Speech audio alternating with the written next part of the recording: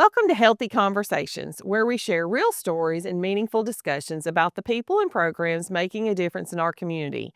I'm Susan Claborn, joined by Kim Dunnavant.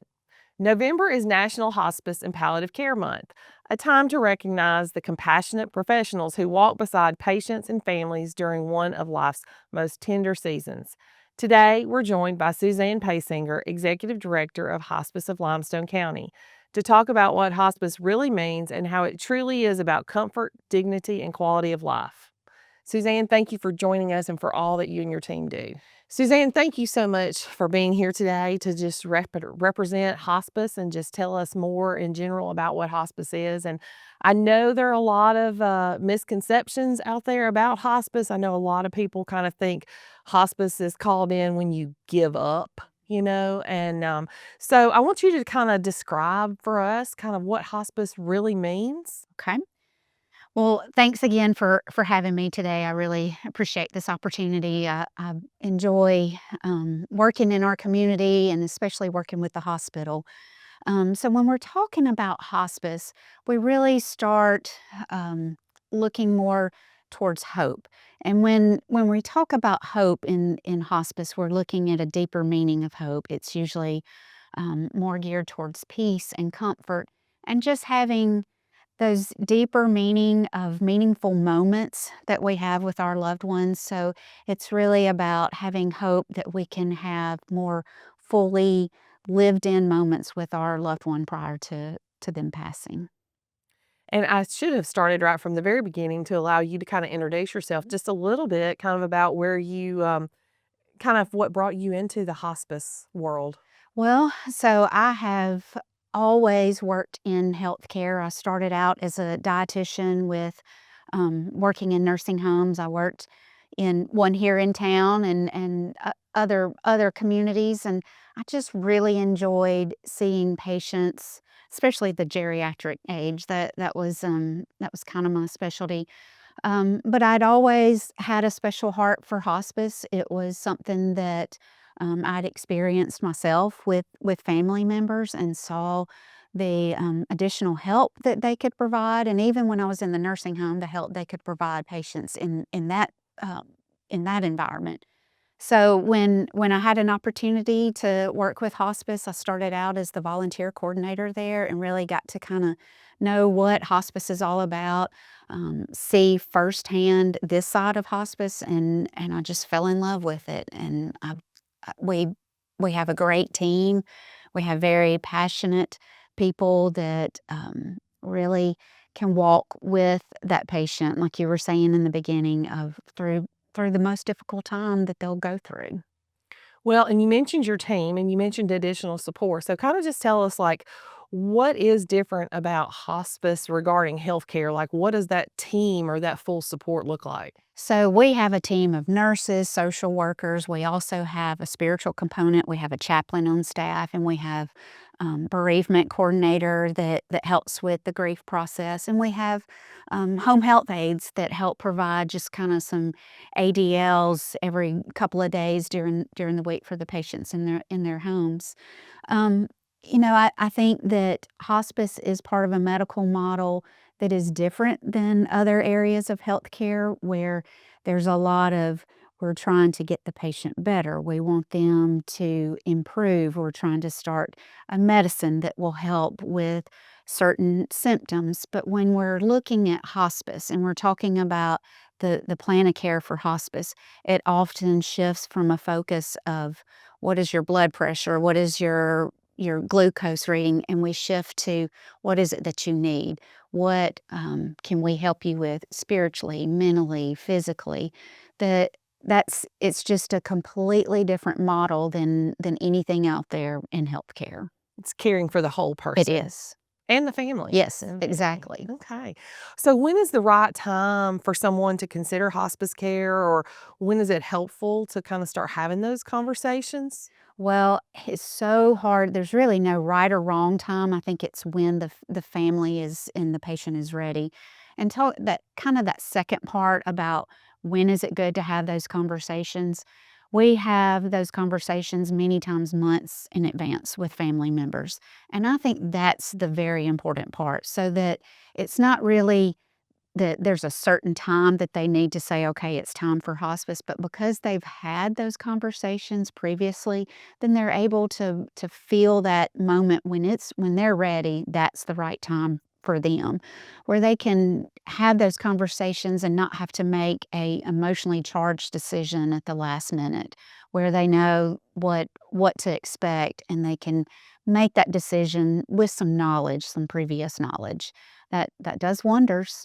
Sometimes when that goal of care changes, I guess, Mhm, you yes. kinda start seeing those transitions. Right, when we start seeing the decline, when some of the things that were helping before, the treatments that helped at one time are no longer really helping, maybe even seeming a little more unnecessary, where the patient, it's more difficult to get them out of the house and go to multiple doctor's appointments. That's when the thought of maybe we need some care in the home, maybe hospice is the point where we are at that time. Just a different kind of healthcare. Susan, can you share when it's time to make that transition, how Hospice of Limestone County works together with ALH to ensure that that transition is smooth? So many times the case managers that we work with at the hospital, they're just wonderful. They call us and say, "Listen, we've got a family. They're really thinking, they're leaning towards hospice." We, as in the doctor, the nurses, the staff there at the hospital, think that's an excellent idea, but they have some questions. So they send us the medical information and allow us to come in and talk to the families. We can sit down and explain to them, these are the services, this is what we will provide, this is the care that you can expect. That just helps so much that they can put a face with the name of hospice, where we can come in, go ahead and meet them, talk to them. Sometimes we're there for a day or two talking to them, having multiple conversations with multiple family members. And the fact that those case managers and the doctors are willing to work in those transitions with us. Lots of times we're dealing with maybe an elderly couple where the wife has been there at the hospital with the spouse for 3 or 4 days. She's exhausted. They're waiting on maybe a son from out of town to come into town that night. So she said, "Can I have another night? Can we not discharge until tomorrow?" They're always willing to work with that. I mean, that just makes a huge difference. Maybe they're needing to move some furniture around in the home to make way for medical equipment.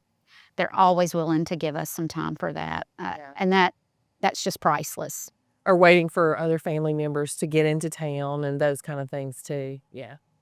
Can you talk a little bit about what role the physicians and the hospital staff play to help the families navigate this decision? Yes, so it's really simple when the family can feel like that doctor or even the nurse that's taking care of their loved one for the last couple of hours or the last couple of days can say to them, "We agree with this decision. If this was me, if this was my loved one that I'm taking care of, this is what I would do."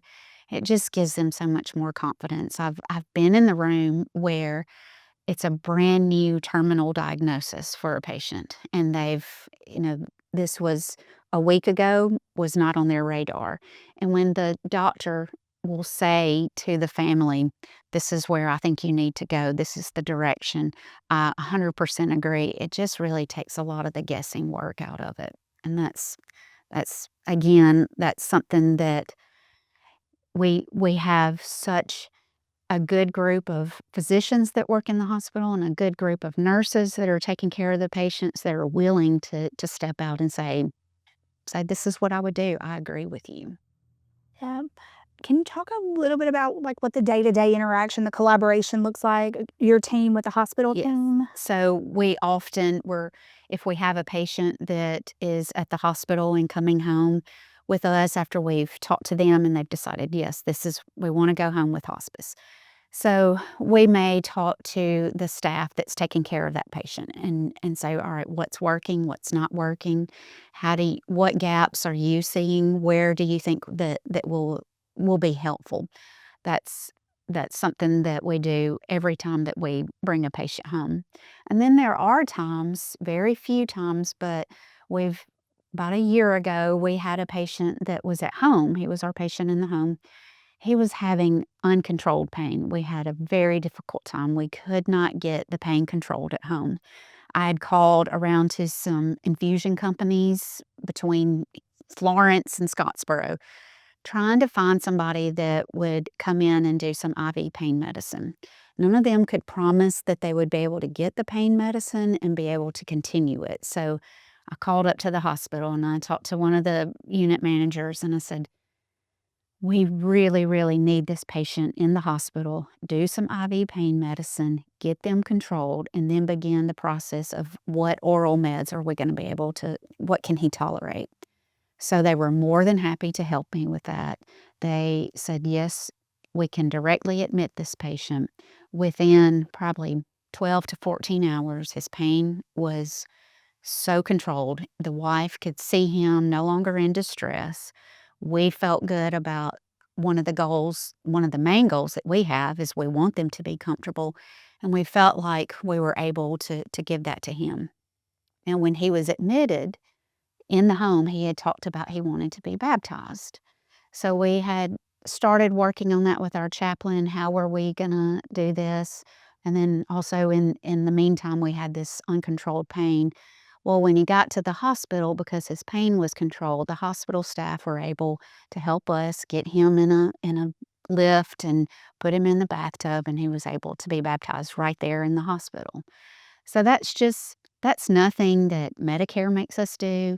Insurance companies are not making us do that. That's something that we as healthcare workers, our hospice team, the hospital team saw an important need for. I mean, uh, that's just that's just service. Yeah. That gives me chills. Yes. Like, and I think it's a testament to the relationship and the trust that your team at hospice has built with the team at the hospital, and that works both ways. 100%. And I think it's just phenomenal that you're able on both sides to increase your level of care because that relationship and that trust is there. Well, and you go into making a decision like that of we need some help, and you're always kind of a little bit apprehensive on both sides, the hospital side and our side of if is this the right thing to do? And I think that by the end of that, we all knew that was the exact choice that we needed to make. We needed that help. And the hospital needed to see that, needed to see what a big help they were. So it was certainly something that we won't forget for a long, long time. Yeah, it's all part about just being the difference and Mhm. being what the patient needs, regardless of the, I was gonna say, outside of just the health, outside of the Right. medicine and the, Well, you and know nothing about that situation was normal. no. So we'll probably never, we may never have that situation again. The hospital may never have to do that for us. But the fact that they were able to say, this is not something that we do every day, but able to say, how can we help? What can we do for you? What can we do for this patient? I mean, it's, there's not a whole lot of words we can say. The action that was taken for that, for this Yeah. patient. I had is the overwhelming. opportunity to work hospice for several years, Mhm. and the stories that you remember are so much more of the stories that are outside of Yes. that, like I said, that little healthcare box, the Right. nursing social work box. It's the bedside weddings, or it's Yeah. the family, reunions, Mhm. or, some of those kind of things, you know, that are what people definitely remember, Oh, yeah. and You're exactly right. They don't remember, "Well, did she take my blood pressure like I wanted her to?" right, It's more of, "Was I able to have that moment? right. Can I have that memory?" And they remember that person who comes out, in the middle of the night, Mhm. because there's a distressing situation, Yeah. with their loved one that they don't know how to handle. And so that's part of it, is that 24/7 kind of around the clock care. Because you can receive hospice at home, in a facility, long-term care, or, Or assisted assisted living. living, Mhm. yeah, or in the In the hospital. hospital, yeah. So, it certainly is a wonderful service to be able to provide like that.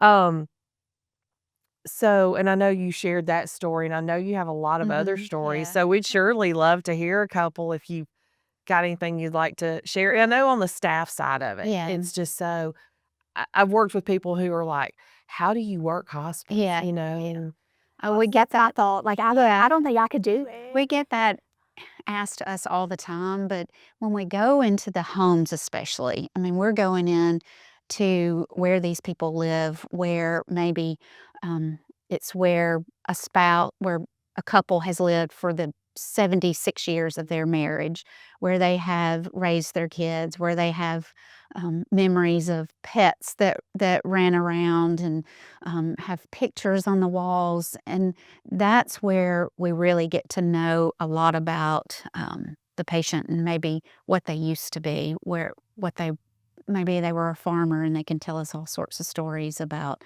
um, you know, what what has happened over the years as far as technology with farming. We get a lot of that where they say, back in the day I had a mule and that was how I did things. Even our patients that maybe were in the military, they have some of those memories where we can hear those stories, but also where they have a beloved pet that we come in to provide that care, and that dog or cat is right there at our feet, making sure that we're treating that patient how they're very protective and going, I'm just going to make sure you're doing what I know you need to do. It's just every day when we congregate at the office, I hear stories of, let me tell y'all what happened yesterday. Of let me tell you what so and so said to me, and just how we can walk away. I feel like sometimes more served by the patient and their caregiver than what we provide, of just having that little bit of human interaction that makes a difference. yeah. I had a chaplain, once who would go to one particular home, and Mm. he would get chased from his car to the Yeah. door by the rooster. Yeah. Yes. Oh, yeah. Roosters, goats, animals. I mean, we've helped rehome a dog because they no longer could care for the dog, and so we've sent out messages to our friends and family, "Hey, there's this cute little dog. Could you please help us Yeah. with it?" We've rehomed the Yeah. dogs too. I Hey, put me on that list. I Andrea know. may kill me, Boster. the dogs and the cats, because you don't think about that, you know? Yeah, That when someone is at that end stage and they've got those beloved pets, yes, you know? I know. I mean, They grew They do. well, and our pets are so close to us. We Yeah. we treat them like, I mean, my husband says that I love the dog more than him, and I mean, maybe. Well, and part of the comfort for those patients are knowing that their babies are gonna be taken care of. Yes. It allows them that opportunity to have that peace. Certainly. And we had a, situation several years ago where it was a young couple. So they had a very young child. I think he was like 1.5 or 2. So this was a young man that had been diagnosed with a terminal disease. He was no longer able to work, so the wife was the primary caregiver, the primary worker in the home. So their income and their finances were definitely a source of stress. And when we were talking to him about, what do you worry about? What are your concerns? A lot of his concern was not, what's going to happen to me, but more of, how's my wife and my son going to be when I'm gone? I want to make sure that they're comfortable. And one of those things was that because of their financial situation, the house they were living in the area, he was very uncomfortable about leaving his wife and child there. So our social worker sat down with them, did a good kind of budgeting session where they looked at, okay, with all the resources that our community offers, what can you afford? What is there a ability to find a better living situation? So for several months, we went through that with them, and they also were looking for new rental houses, and we found one that both the husband and wife felt really good about. They loved the neighborhood, it had a little backyard, perfect place for a swing set. They were extremely happy with this place. The main thing was that monthly, their budget, it was gonna work. What they could not afford was the deposit, the down payment that the rental company needed.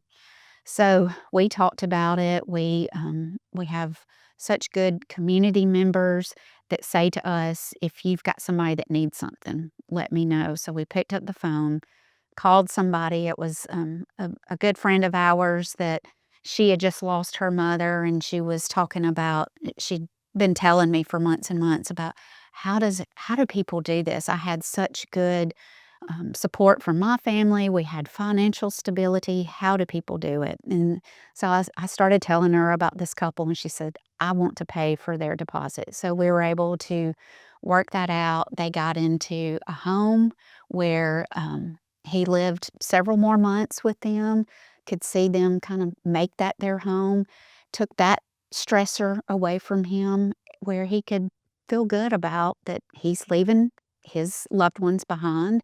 He knows that. Um, and that was something that we felt really good about doing too. We felt that that was definitely a priority. Those stories are the things that make me love I hospice know, yeah, so much, yeah. so much. We It's do so much more than just going in yeah. there and giving medicine. There's so much more to it. Yeah, I've witnessed it firsthand too, and it's National Hospice Month in November is almost just not enough. Yeah. And so it's just such I a agree. different kind. Yeah. So, in speaking about that, kinda share with us more about what happens after. I know Yeah. hospice has a huge emphasis on the grief, Yes. process. So we have a full-time bereavement coordinator on staff. She specializes in following up with those family members after the loved one has passed away. But also she comes in many times in while we have the patient under our care. Maybe there are some situations, there's lots of small children or caregiver having a difficult time dealing with. I mean, the grief starts sometimes well before the passing away of the patient. So, she comes in and starts talking about that, what resources we have to offer. Um, so many people that we talk to, months or years down the road, they say just the fact that I knew that there was somebody that still was thinking about me. Because many times after the passing of a loved one, those first couple of hours, days, even weeks are kind of jam packed with lots of stuff going on. You're going through the funeral, you've got family in town, but then 3 or 6 months later down the road, you're kind of there. I was talking with a lady, we had her husband for a couple of months, and she was his primary caregiver for years. I mean, that was what she did, was take good care of him for 4 or 5 years. And this was several weeks after he had passed away, and I just asked her, I said, "Well, how are you doing?" She said, I'm I really don't know." She said, "I've talked to my other friends that have lost their spouse, and they talk about how at night they feel the most alone." And she said, "My lonely time is in the morning." She said, "Because every morning I woke up with a purpose, and my purpose was to take care of him, to fix him breakfast, to wash his linens, make sure he was taken care of that day." And she said, "I just don't have that anymore." And I just looked at her and I thought, "You're exactly right." And there's nothing I can really say or do but to live in that moment with her and say, "You're right. Look what you've done all these years that you were able to, luckily be his caregiver all these years." And, she just said it's something that I'm working on day after day that I'm trying to get used to. So, Yeah, having that grief resource, yes. having that grief resource. So, um, well, kind of as we start kind of closing, and talking about hospice, as I said, I know hospice is kind of a scary word or kind of a fearful word, but I guess I'd like to just you've done such a great job talking about hospice in general, but I'd like for you to kind of be able to kind of close us out with kind of, how what should people do if they are afraid of hospice? Or how can we, as neighbors and community members, kind of change that conversation, I guess?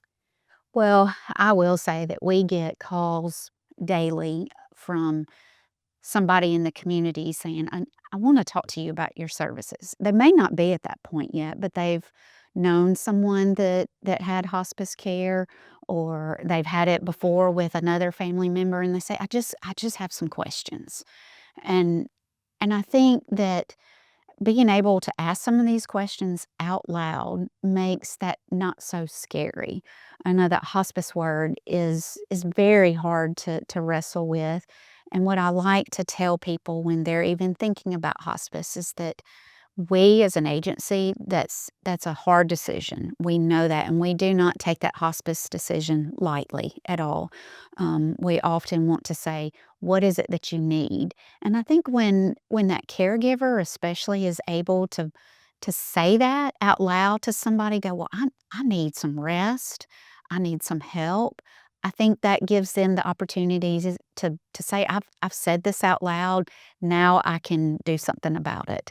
And here I have a group that I'm talking to right now that this is what they're offering me. So I think that it is hard to say that word. It's I mean, even myself, when I've gone through it with friends or family, it's hard. I mean, even when I'm looking at someone and I know that they need hospice, but it's somebody that I love and that I'm gonna miss. That's that's hard for me to say, and I work in it, so we know what they're going through, and I think that when we can, not only us, our agency, but also our community partners like the hospital, or even other people that we partnership with throughout the community, when they can also say, I think this would help, at least give them a call. I think sometimes just that vote of confidence from another community resource is kind of the nudging that that person needs to pick up that phone and call us, or to come to our office, or to stop us in the grocery store and say, "I've got a question. Maybe you can help me."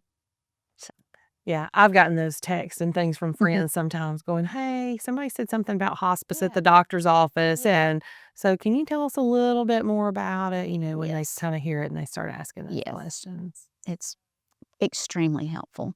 And that's why I think Limestone County and the community that we live in, it's growing, it's huge, but we still have the ability to ask friends, "What would you do? What do you think I should do?" And I think that that gives us the ability to say, I'm going to cling to some hope still, and I'm going to talk to my friends and family. And I know that I've got good support. And I think that's what holds us up sometimes, is that support that we get from friends, family, but also our healthcare community. Yeah, and there's those that'll look at you and say, "I know, but I'm not ready to Yeah, talk about it yet." exactly. And you're I'll like, say, I "That's understand. okay. Yeah. You got my number. And that's why there's really no specific right time for anybody. I mean, there's no right or wrong. It's when you are ready. And that's what, when we approach a patient, what we're talking to them about is this the right care for you? Is this what you need in this time? And is this what you want? That's when it's right. When you know that that's what's needed, that's when it's the right time. Right. Kim, do you have any other questions? I don't think so. I learned a lot. I learned a whole lot. Thanks so much for having me. I I'm really gonna have to use. appreciate it. Well, and I wanna add just a few kind of things kind of here at the end is, as I said, November is National Hospice Month, and just, saying thank you and giving hugs to our nurses and our social workers and our chaplains and the care aides and volunteers. And, we all work in areas where we have volunteer opportunities, but, hospice I know has lots of Yes. volunteer opportunities for people to sit with patients, or to, um, run errands, Yeah. or help We with have an projects. We have a pet companion program and I know the hospital has Mabel. We have Maple. Yeah. So we have Levi, and Levi makes visits to our patients, and it's, that pet care just gives us lots of comfort, and we like it too. Yeah. We love when Levi comes by the office. Absolutely. Well, and for the hospital, we wanted to recognize National Hospice Month because the hospital and hospice care do work so closely together. But I do want to point out it's kind of very important. We work with lots of hospice agencies, just like we work with lots of home health and things like that. And so patients always have a choice for their hospice. And so our social workers work with them on providing that list and that information so that they can choose. But we so appreciate you coming here today to kind of represent your whole hospice, group in our area just to provide more information Well, on hospice I care. appreciate you giving, the entire community the ability to kind of hear about hospice and learn a little bit more about it. So Yeah, it's not a scary word. It's actually a very empowering word. So, full of hope. yes, full of hope and dignity. So, well, thank you so much for being here. Ladies, Suzanne, thank you so much for helping us better understand what hospice care truly represents, a focus on comfort, dignity, and the best possible quality of life.